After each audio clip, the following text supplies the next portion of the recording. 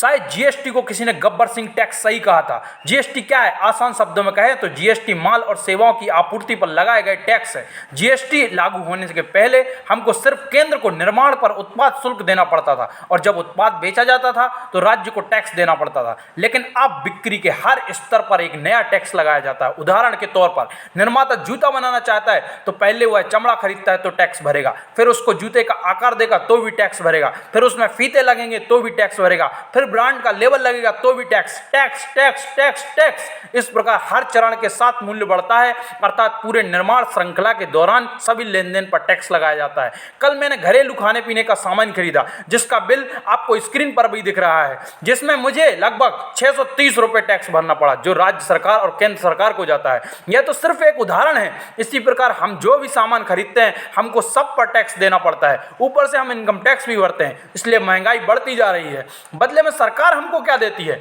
गड्ढे वाली सड़कें, महंगे प्राइवेट स्कूल, प्रदूषण युक्त वातावरण, रिश्वत वाली पुलिस, भ्रष्ट सरकारी अफसर।